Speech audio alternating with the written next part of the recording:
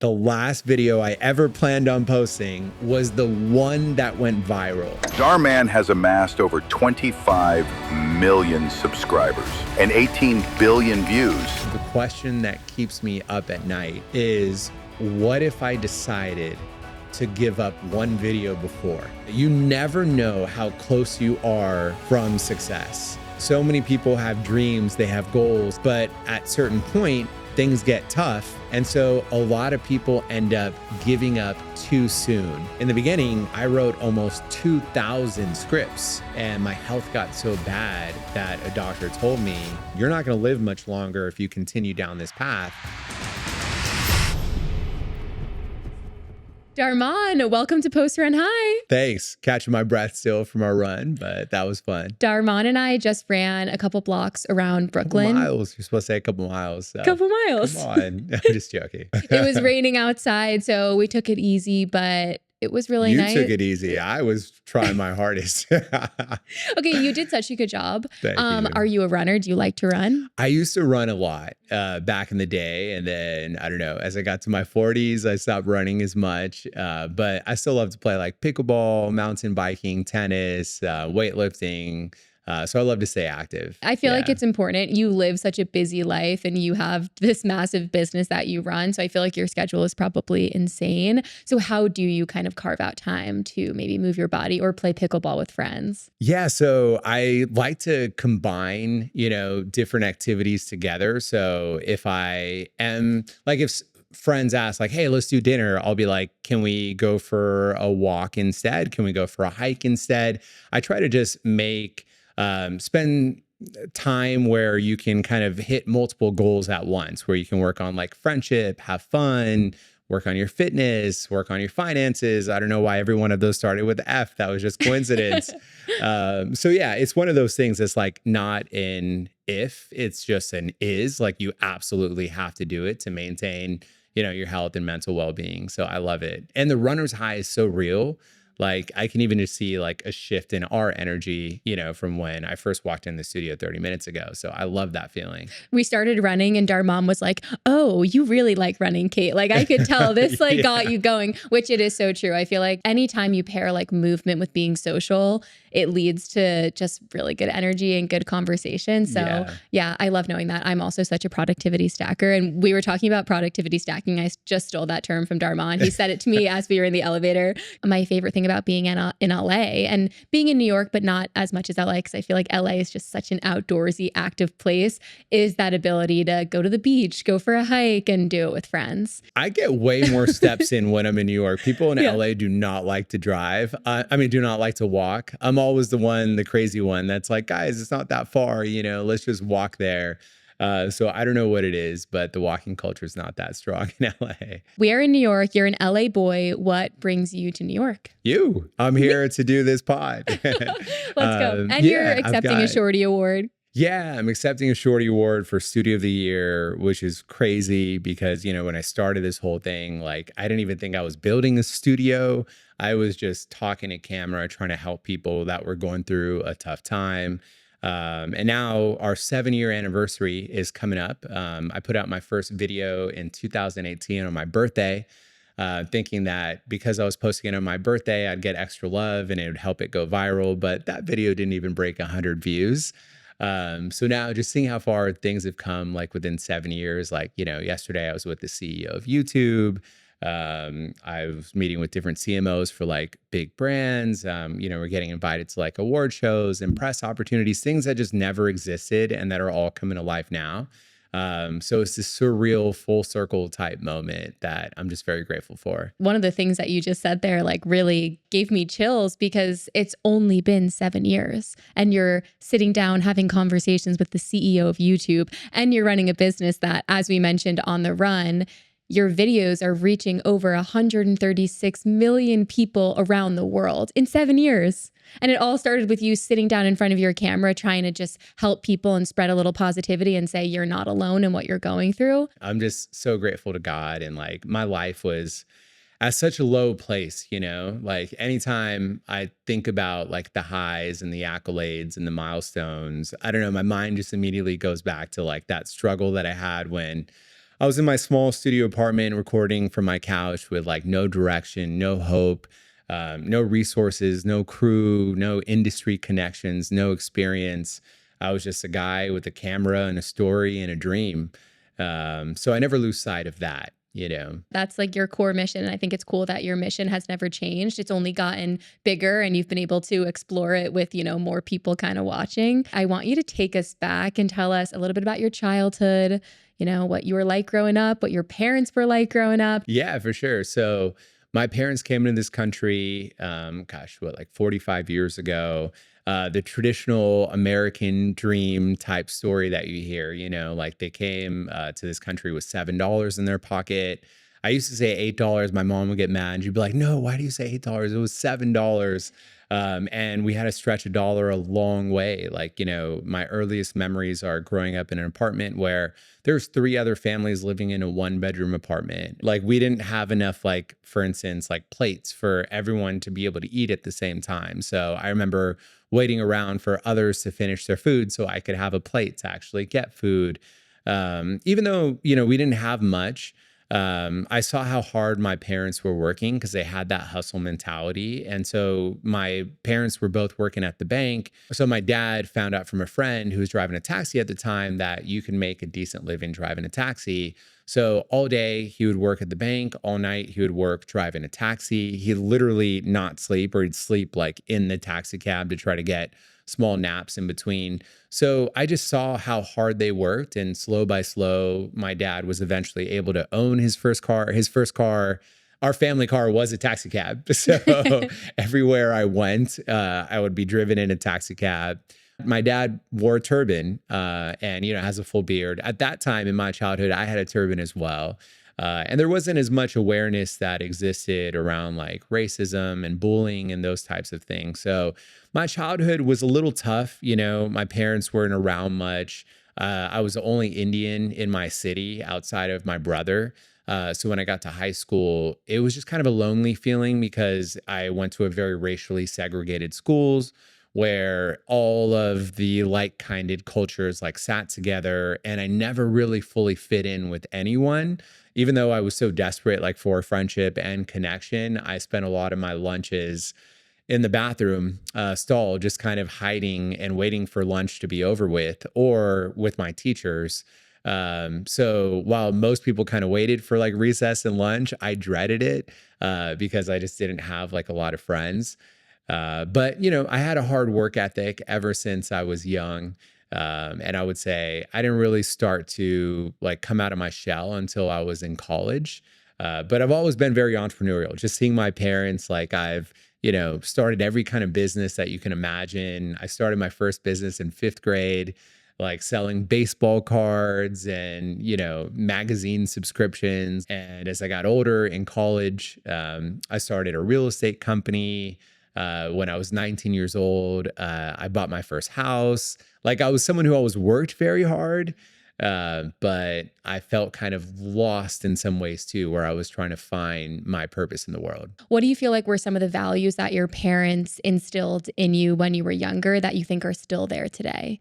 Yeah, I always felt conflicted. Like, I don't know how many people listening to this can relate, where you're kind of torn between 2 cultures. So my value system was very different, right? Like I had the Indian values from my parents, like they only speak Punjabi, our native language, like at home with me. And so, it's a little bit more conservative, right? Like much more spiritual, religious, superstitious in some ways. And then there's American culture, right? And for American culture, which was like much more progressive, open-minded, valued the self a little bit more than the individual versus like the family mentality, like that Indian culture comes from. I never fully fit into either one of those, and I struggled for a long time. So when I had a turban, I got made fun of constantly at school. I'd even get beat up. I'd get, every kind of racial slur that you can imagine. So I was too Indian to fit in with the American kids. And then one day I decided, my parents saw how bad I was getting bullied and allowed me to cut my hair. And so when I cut my hair and I started going to Indian functions or like our temple or something, all of a sudden I was too American to fit in with the Indians. So I never quite felt like I found my place with either, community. I always felt like an outcast, feeling a lot of shame, just like you're letting everyone down, like I constantly felt like a black sheep. And here I am, like, being a YouTuber, like in a conservative Indian family, right? Like that did not go well. For the longest time, I just kept thinking, like, why don't I belong in one of these groups, right? Like, what is wrong with me? And ironically, I kind of went to social media because I was searching for a connection. Like I didn't really have that many friends. So I thought, oh, well, maybe if I become popular on social media, like this will be a way for me to build a community and build friendships. But it wasn't until I got older where I realized that, hey, you know what? I actually don't need to fit into any bucket. I've been my whole life trying to fit in when I was born to stand out, right? So once I came to that realization that I could just be me and, pathways would open, doorways would open, people would accept me as long as I'm my authentic self. That's when this heavy burden that's just been on my shoulders, like since childhood, of like searching for my place in the world was lifted. And I was like, wow, it's such a freeing experience when you can just embrace who you are and not worry so much about what others are going to think of you or how they're judging you or how you're not living to certain people's expectations. It's a very freeing feeling. Being introverted is a common experience that you hear from creators, right? Yeah. Like you ask a lot of creators, were you extroverted growing up? Like, did that make you like have the confidence to start posting online? And sometimes it's like actually the opposite, where it's like these people were like looking for a community and wanted to find their place. So they put themselves out there and found community through it. So Absolutely. if you guys are enjoying this episode, please do us a quick favor and hit that like button and subscribe to our channel. It helps more people discover these conversations and it helps us continue bringing on amazing guests. Let's go to Dhar Mann Studios. In 2018, you posted your first video, and that video is called Before Deciding to Give Up on Your Goals. And in it, you quoted, "Success honors the persistent." So what does that quote mean to you now? And what is it like when you go back and you watch that video? What's ironic about this whole thing is, so I spent a lot of my life just giving up on stuff too soon, and I think we live in a society today where everybody wants like fast success, and we're constantly inundated by seeing people living well on social media, and we want to get there fast. We want to be that success story. So I know a lot of like young men, especially, like suffer from that, right? Of like trying to find the quickest pathway to success versus building something that is sustainable for the long run. So, throughout my life, I was always starting over. Whatever business I was in, I would try it for a year. As soon as it wouldn't work out, I would move on to the next thing. If I was in a relationship, as soon as it got hard, I was moving on to the next relationship. So I found myself just always starting over in my life. And the first time that I ever stuck to anything was this studio. And that's made all the difference, because regardless of where you are in your life, like whatever dream it is that you're chasing, or whatever goal that you have, whether that's fitness, whether that's finances, whether that's family, it takes persistence. Like these things don't just fall into place. They don't just happen on their own. They're really hard. And I think, we live in a world today where people just kind of think as soon as things get hard, move on, like go find something else, go find something that's better. But the real magic is staying in that place and trying to make it better, trying to shape it better. So the ironic part about all this is when I was recording that first video, I was having such a hard time being myself because I was still in that like old mentality a little bit. So when I was speaking to camera, I had my wife there and I had my one employee, Ruben, who's still with us today. And they would say, just talk normally, because I was talking so stiff, so robotic. I was trying to say things perfect. I was trying to like look a certain way, be a certain way. And when they'd say, be yourself, I was like, I don't know how. I don't know who myself actually is. And our very first video, even though it was scripted, I was reading from a teleprompter. It was only 3 minutes long. It took me over 1,000 takes to do. Like, I'm not even kidding you.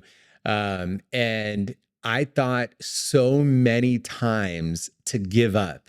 But ironically, the topic of the video was about not giving up. So I kept thinking that I have to listen to the words that I'm saying, right? Because I was ultimately trying to give advice to the world. That was the advice that I needed to hear.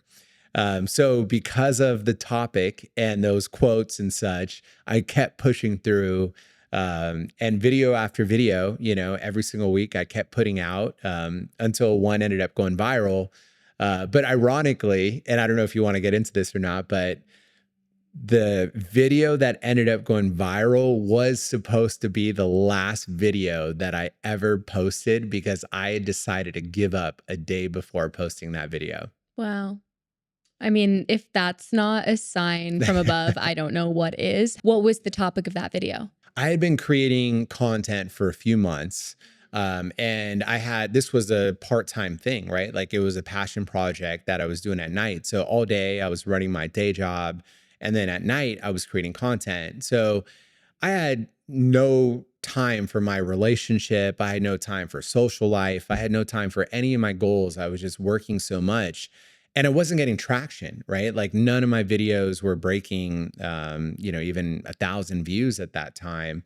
And this is a few months in. So I'm struggling, with like deciding if this is worth it. Did I kind of choose like the wrong project? Because I wanted to inspire people. I wanted to help people that were going through a tough time. I was very dedicated to that mission.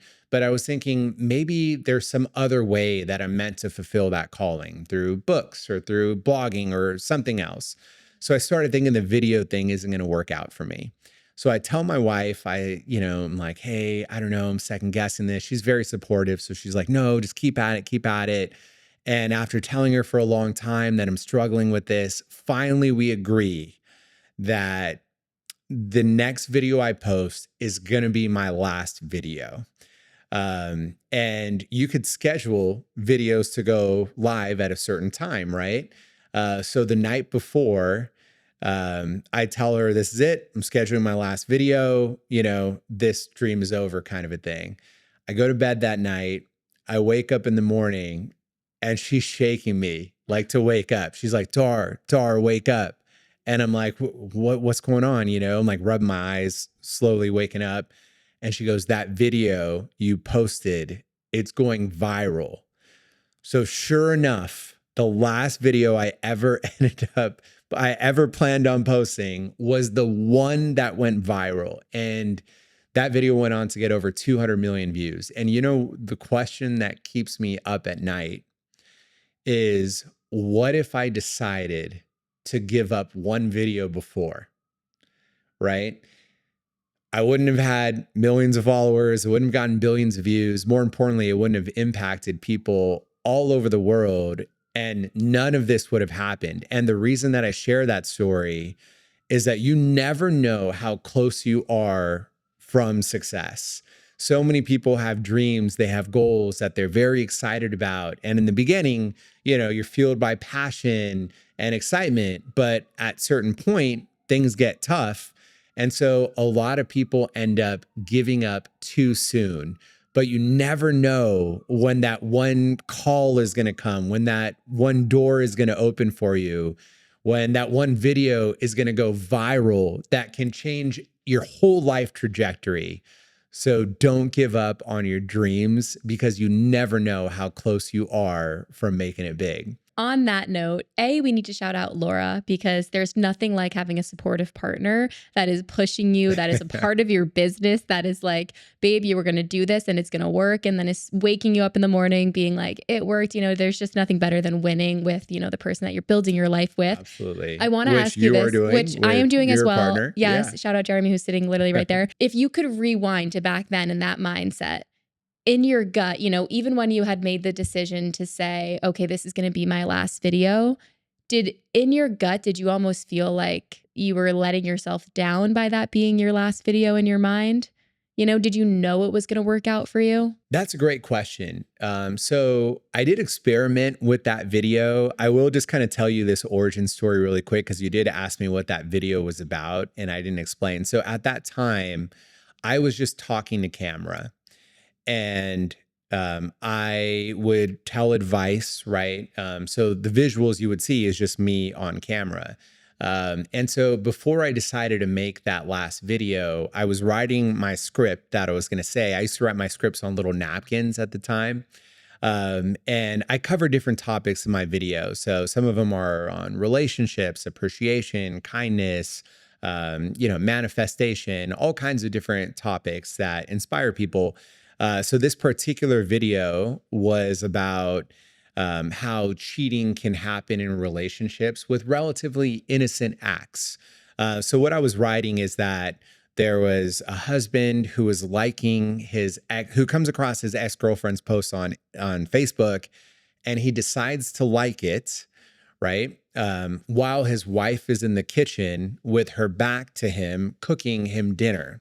And so the whole storyline was going to be, it kind of starts off with him liking this post, then it becomes a conversation between them, right? And so this was the story I was going to tell. As I'm writing this on a napkin, I look over in my kitchen and my brother-in-law happened to be visiting me, and he was sitting on a stool on Facebook, scrolling his phone, and in front of him was one of my wife's friends who happened to be cooking something in the kitchen with her back to him. And I was like, oh my gosh, if this is not like manifestation and, serendipity, like, I don't know what is. So I come up to him and I'm like, are you okay with being in this video? And I ask her and they're like, what do you need us to do? Sure. I was like, just stay exactly where you are. Don't move. Don't do anything. And so they just stay in their current spot. And then I call Ruben, the one employee who was operating like the cameras. I say, come film this. So he's filming them just doing what they're doing while I'm narrating this story. So ironically, I didn't know, I had no film experience, right? Like I never intended to create a studio. I never thought I would be producing, 3 to 4 hours of premium scripted content a week. Like, right. Like I was just a guy trying to inspire people through things I had been through, tough times in my life. And so that was, I had no live action experience. Like I didn't even know what a live action film was. It was shot on an iPhone. It was shot in my apartment. My actors was my brother-in-law, like zero clue what I was doing. And that was the video that ended up going viral. So it was just, again, it was ironic how it all happened.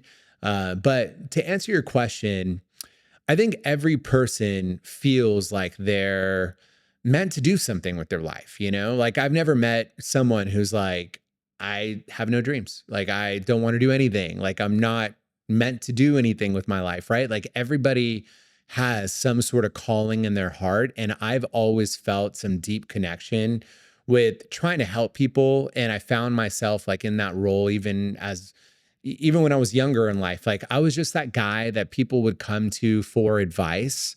And whenever I would give advice, people would say like, hey, your advice really helped me get through this tough time. So I always knew that my calling was going to be helping people in this world. I just didn't know how to go about it. So I wish I could say I had some magic ball where I knew if I said, this is going to be my last video, I was somehow putting it into the world where it's like, God, please make this go viral. I'm putting it out there. It wasn't planned like that. I honestly would have given up on videos if that hadn't worked out, but I never would have given up on my dream to continue to try to help people in other ways. And it's amazing that almost by chance, that was kind of your entryway into scripted video content, right? Where you're telling stories with actors. And at what point did you go from you being the narrator to then having other people acting out the scenes? That was the turning point. That was it. Yeah. That was the eureka moment. Moment. I didn't know that was a live action film. Again, like I didn't even know how to describe what we were doing. Right. Again, this is just something that It was like, lightning in a bottle that we just happened to stumble upon. But after that experience, yeah, that's when I decided that there's clearly something that is working here. And that's any creator, any entrepreneur, you're always experimenting and pivoting, and then figure out something that works. And then you realize like, this is the new direction. So as we started finding success from there, we were still shooting everything in my apartment for the first couple of years. I think for our first 2 years, we were a 3-person team. There's a magic in 3 people teams. I was writing everything, and then I had a director who would also shoot, edit, color, score, VFX, everything. That's Ruben. And then I had a producer who also ran sound on set. So it stayed like that, for the first couple years as we started putting out videos consistently, and then we started learning what was working. It was sort of that combination between entertainment and education, because these videos were entertaining, but they were also teaching a positive lesson. So that was the secret to our virality. A lot of people would share our videos with someone who they thought could benefit from learning this lesson. Or they'd say, hey, this is a conversation we were talking about on why you shouldn't give up on your dreams.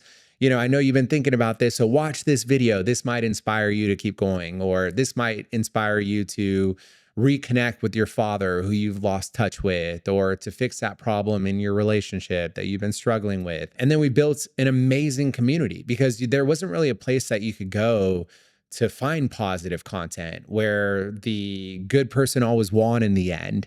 And there's a certain comfort in that, in knowing that.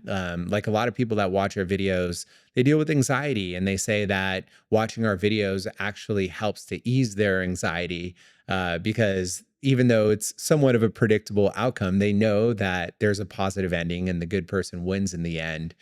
And so as we continue to build that community, I think by our second year, we became the #1 creator on Facebook.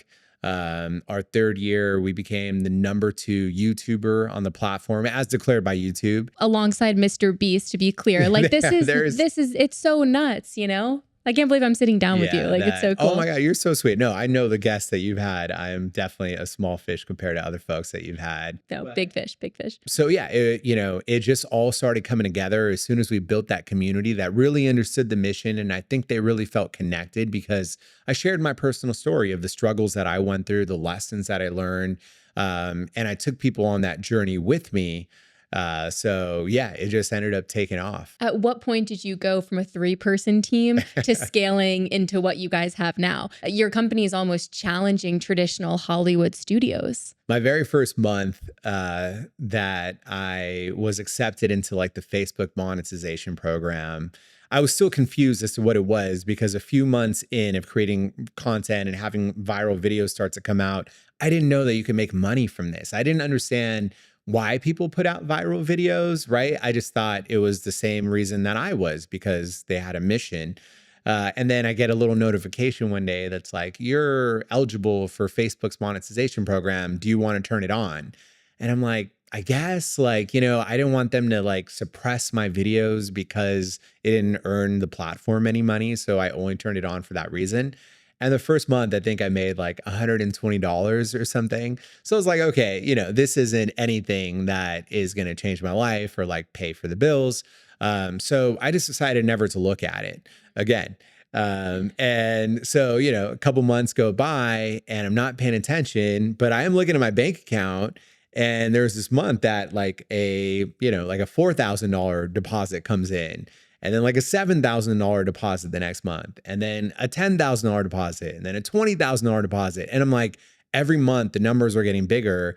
And then I was like, oh my gosh, guys, like there's actually a business here. Like you can actually generate revenue. And for me, it wasn't like, oh my gosh, I can make all this money. It was like, I can grow this. I can impact more people. I can grow my team. And at that point, we were running the business from my apartment. So I was running a cosmetics company during the daytime. And so my kitchen was like the office where everyone was working. My living room was like where we had all of our ring lights. My bedroom was where all of our storage was for all of our boxes. I got like asthma because there was so much dust all the time.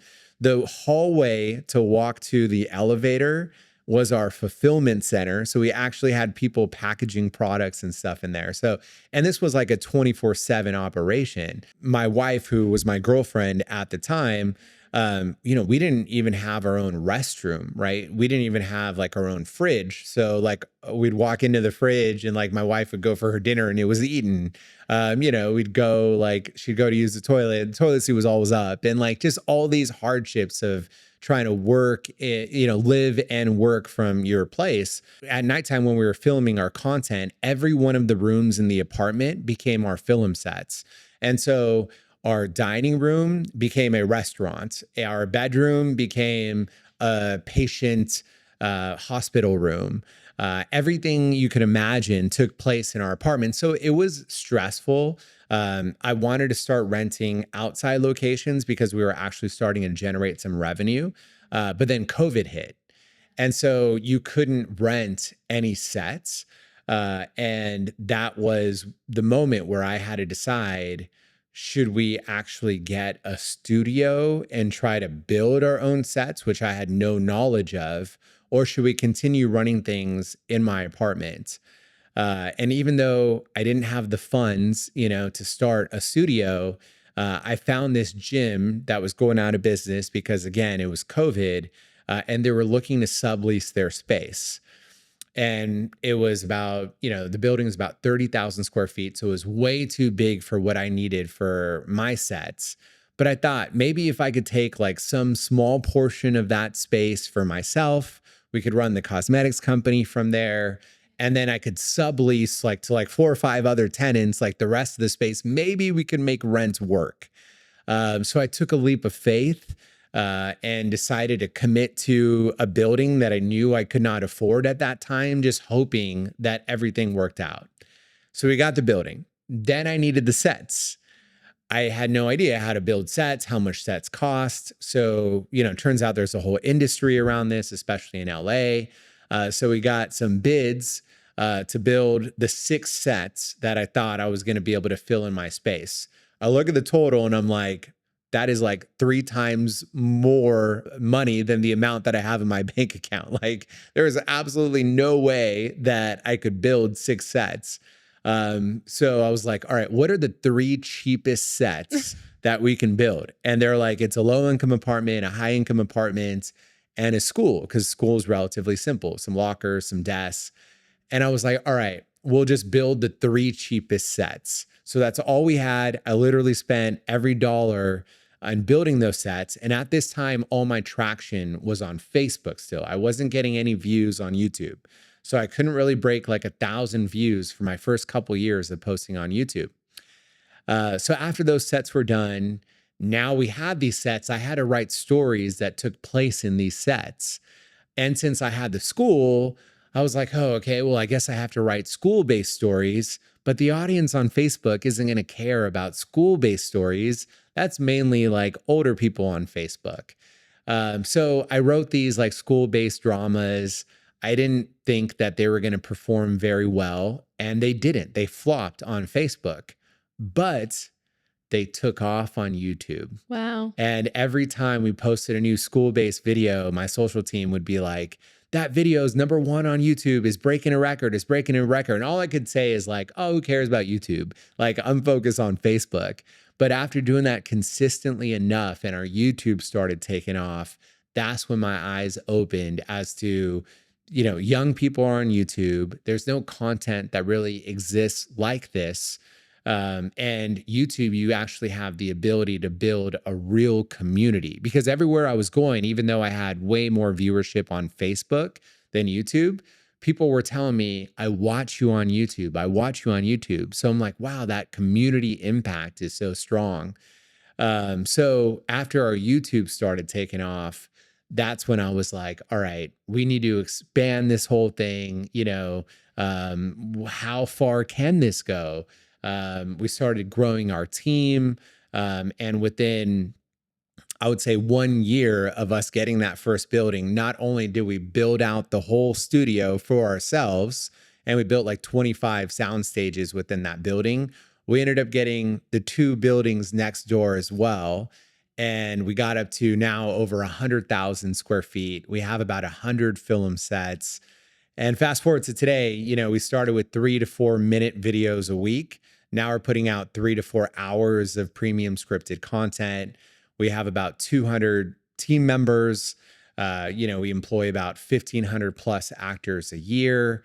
It's been incredible, just like how far things have come in such a short amount of time. People's jaws must be on the floor listening to this right now because it is so wild, and it's just so cool hearing kind of how your mind works. It is like this creative dream for me to walk around seeing all these like people that are inspired, that are mission motivated, that are super creative and filmmakers and storytellers, now being able to create content that exists without me. In the beginning, I wrote every single script. So I wrote almost 2,000 scripts, in 7 years. That's a lot of scripts. Whereas like if you ask somebody in the traditional, media world, right, to be able to write like 12 episodes in a season, like once a year or something is a lot. But the amount of work that we put in was like insane. And now that the team is scaled, I'm actually no longer involved in the writing anymore. So I can focus on other projects that are more like personal passion projects.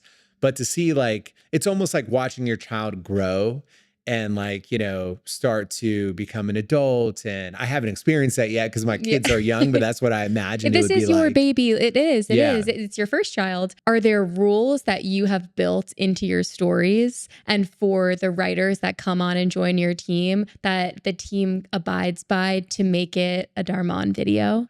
So no cussing, no swearing. We don't talk religion. We don't talk politics.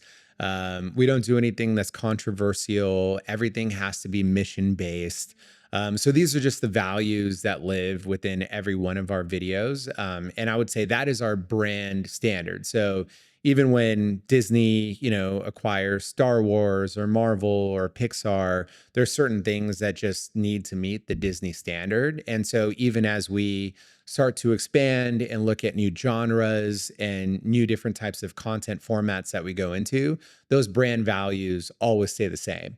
But yeah, it was kind of ironic. Again, sorry, there's so many things that were just ironic in my life. And that's why I'm just so grateful, because honestly, I was the underdog that never thought that, I would get anywhere like very far in my life. And it's amazing just being here at this stage of my journey now. But the way that I started delegating things, because I know every creator goes through this challenge, every manager, every founder, is it didn't happen on purpose.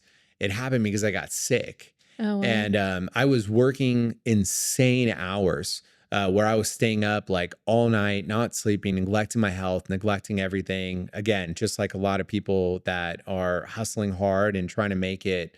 I would literally drink energy drinks in bed and chase it with coffee to stay up longer so I could write more scripts. It wasn't very healthy. And then I ended up developing panic attacks, and my health got so bad that a doctor told me I have to stop working so much and I have to focus on my health. So that's what it took. Literally a wake-up call from a doctor saying, you're not going to live much longer if you continue down this path, for me to say that I have to let go of creative control in some aspects. Yes. Because it's not sustainable. Like I will kill myself literally if I continue down this path. So that forced my hand to let go of the reins a little bit. And that ended up being the best decision that I ever made, because ultimately allowed all these other very talented, capable people to really spread their wings and reach their full potential. And, it took a little bit for them to kind of get things down and understand like my vision and my voice. But after some time, I truly believe that they're even better storytellers than I am and more capable than me. So it's an amazing feeling. It wasn't by choice that I started like started delegating. It was like, yeah, I was compelled by it. I mean, I share that story completely on a much smaller scale. But when I first started my running interview show, I was working a full-time job in advertising, and I was waking up every single morning at 6 a.m., sometimes earlier, filming the first episode around 6:30 with a guest. I'd meet them on the West Side Highway in New York. And then I would film the second episode right after. I would go home, try to be home by like 8:30, a little bit before 9.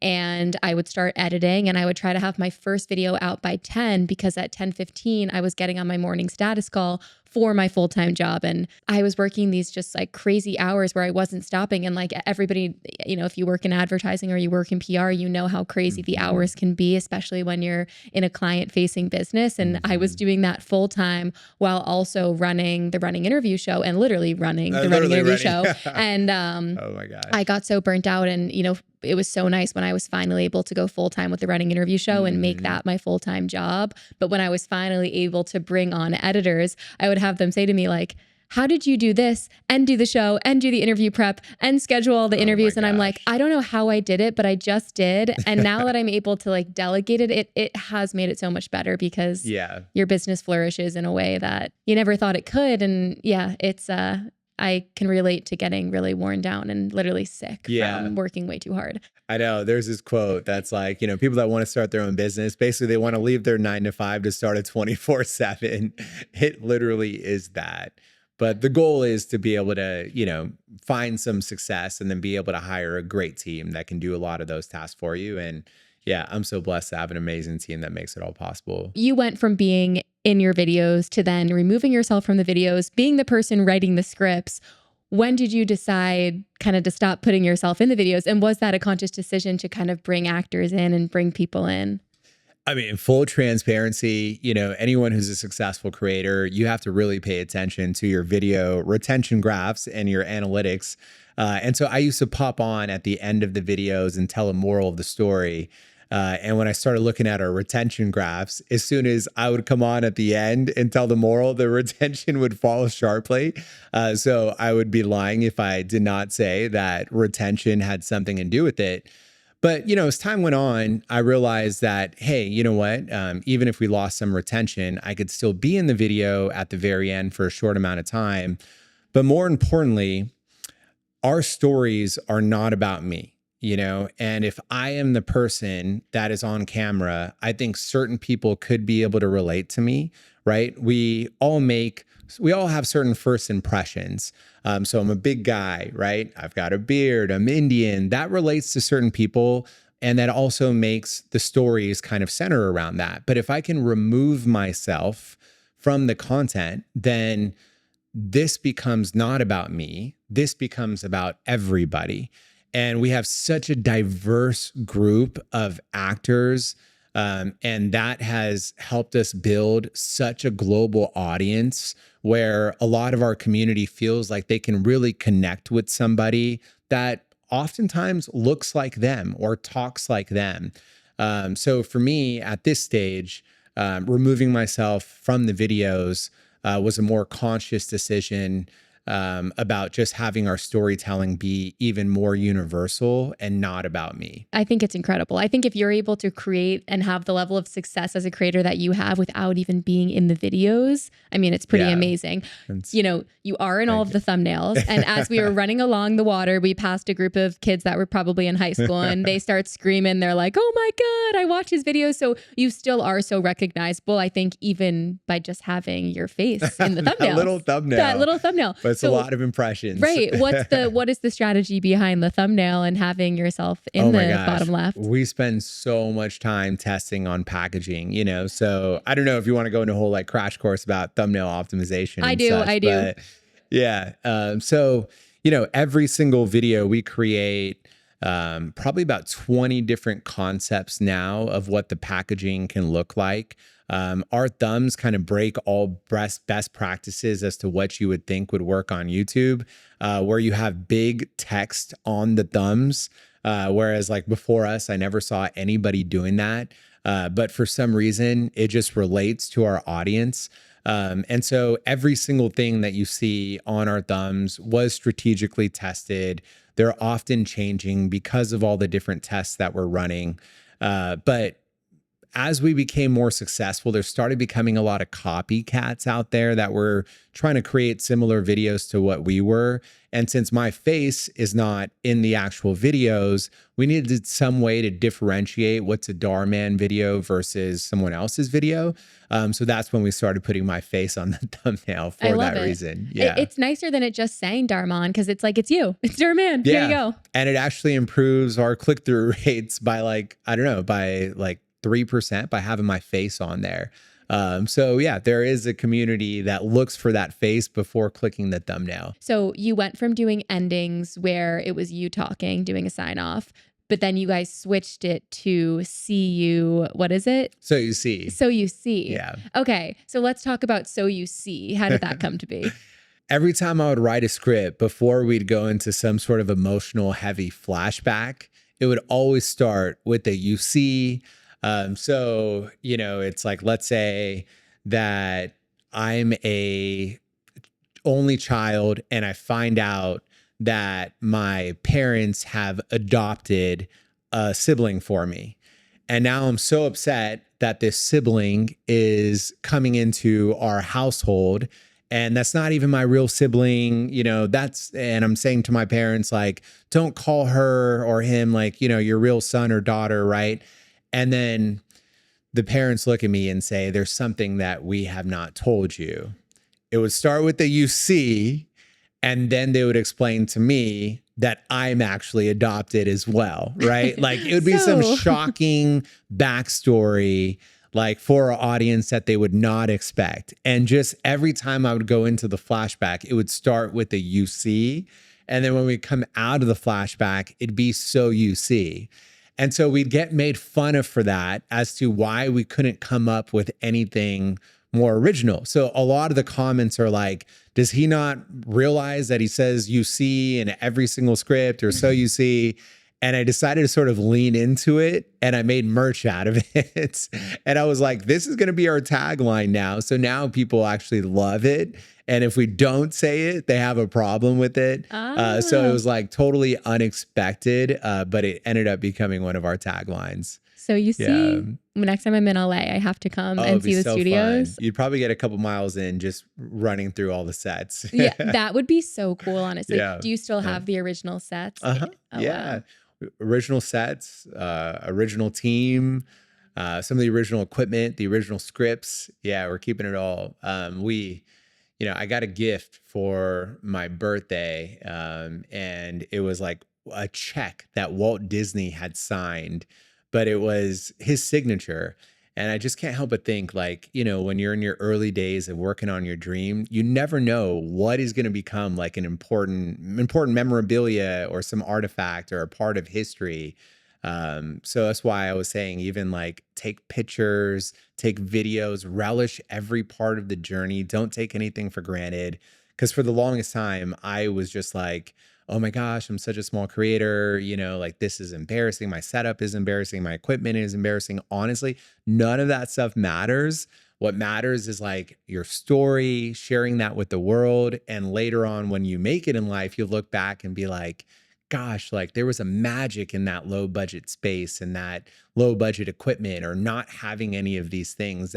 That's where the real magic happens. You know, you've mentioned Disney a few times throughout this interview and on the run. What is it about Walt Disney that you idolize so much and love? Oh my gosh, there's so many aspects. You know, he had a tough childhood growing up. He was very committed to his dream of building an animation studio. He went bankrupt multiple times when trying to start his business. Even when he came up with the idea for Disneyland, he was denied by banks over 100 times. In the beginning, when he started making videos, they were actually only 2 to 3 minutes. You can't even call them TV, length. Like it was just 2 to 3 minute animations that would be pre-rolls before feature films. And so the industry didn't take him serious at all, right? Like they just thought this was some fun, silly entertainment before like the real film started. So I can really relate to kind of being the underdog in a traditional industry that doesn't take you serious and kind of dismisses you. I can also relate to the failure aspect because I failed so many times in my life. And, the only reason that I've been able to find success is every time I've failed, I've just kind of picked myself up and kept trying. And eventually, he got to feature films. He put his whole heart into, I believe Snow White was his first film. And then after having some success, he found a team to delegate making movies to while he went and focused on his next vision, which was building Disneyland. So there's just so many aspects that inspire me. But I would say most of all, when you go to Disneyland, and in LA, I'm going to Disney World for the first time next week with my kids. I'm so excited in Florida. Yeah. So fun. That's where I'm flying out tomorrow morning. So it's really cool to be able to have them experience, the same stuff that I got experienced as a child. But when you walk into Disneyland, there's a statue of Walt holding Mickey Mouse's hand. And all I can think of is like, he had ideas, right, in his lifetime that are continuing to still impact and shape the childhood of people growing up 100 years after his death.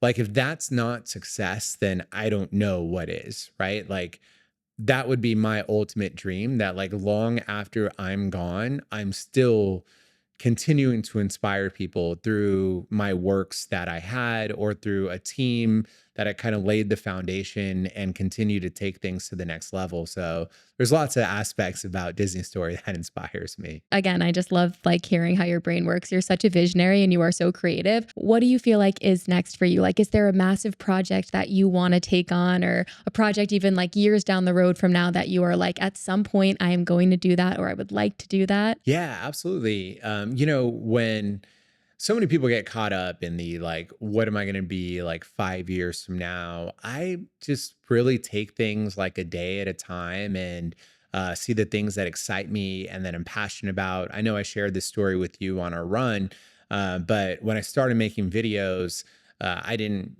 plan on starting a studio. I didn't plan on having 200 employees or 100,000 square foot of studio space. I just planned on helping someone. And, what got me through that self-doubt that a lot of creators face when putting out their first video, I was worried what people were going to think of me. I was worried about being judged. I was worried about being in my 30s and trying to start a career in social media. Like, all these things plagued my mind. But what drove me was, if there's that one person that has a better day because they watch my video, that is reason enough to put that video out there. And that is still my North Star. I still just think about, how can we impact that one person?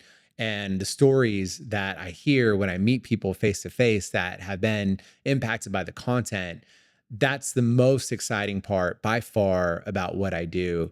I'm so grateful to be at a place now where we hired a CEO for, the first time last year.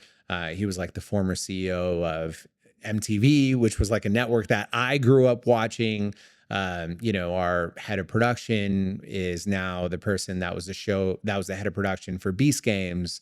Our head of finance, like the person who ran Warner Brothers, like finances. So we have such an amazing team, and they're working all the time on so many new exciting projects, that I'm always just like, wow, I can't believe like so much is happening that I'm not directly involved in now. But I would say, stuff that I know that's coming. We signed our first original content deal with Samsung. And so, I'm not just a YouTuber now for all the naysayers that, are like, oh, YouTubers aren't to be taken seriously. But yeah, well, so we really have quickly, didn't YouTube just surpass Netflix in terms of viewership? Is that true? It is true. Come About on. 13% of US households now watch YouTube on their TVs compared to 12% for Netflix. So yeah, YouTube is like that, the new TV. And, I think creators are still trying to find their place in this world. And there's always the old guard versus new guard, type challenge that happens whenever you have people that are changing old industry trends. But yeah, so we've got our first originals deal that we just signed with Samsung. So you're going to see brand new Dhar Mann videos that have never been seen before, exclusively on Samsung. And then I have a podcast that I'm getting pretty close on launching. I would love for you to be a guest on my Yes. podcast at some point. Might scrap the running part, but Yeah. I don't know. We might keep it in there. I would be honored. Only if we can do it in the original school set. No, I'm Okay. just kidding. Yeah, we'll run up and down the hallways. Yeah, so there's my podcast and then just trying to make our videos better every single day. Like that's really what drives me. Yeah. All right. Well, my last question for you is, knowing what you know now, what is one thing that you would tell your younger self? Oh gosh, this is a great question. It kind of goes back to what I was describing earlier. I spent so much of my life trying to fit in with different groups. I'd be so sad if I wasn't invited to certain social events or certain activities. I felt like I was too American for the Indians and too Indian for the Americans. I was too progressive to be conservative. I was too conservative to be progressive. Like I always just got caught in trying to figure out what bucket I fit into. But my ultimate power that I was able to unlock is when I realized I don't need to fit into any bucket. I can just be myself, and that's where true success is. So for anyone that's struggling to find their place in the world, like I was for such a long time, that place is where you are exactly right now. You don't need to be anybody you're not. Just be yourself. Thank you so much for being here today on Post Run High with us. Your story is incredible. Thank you. This was so fun. I appreciate it.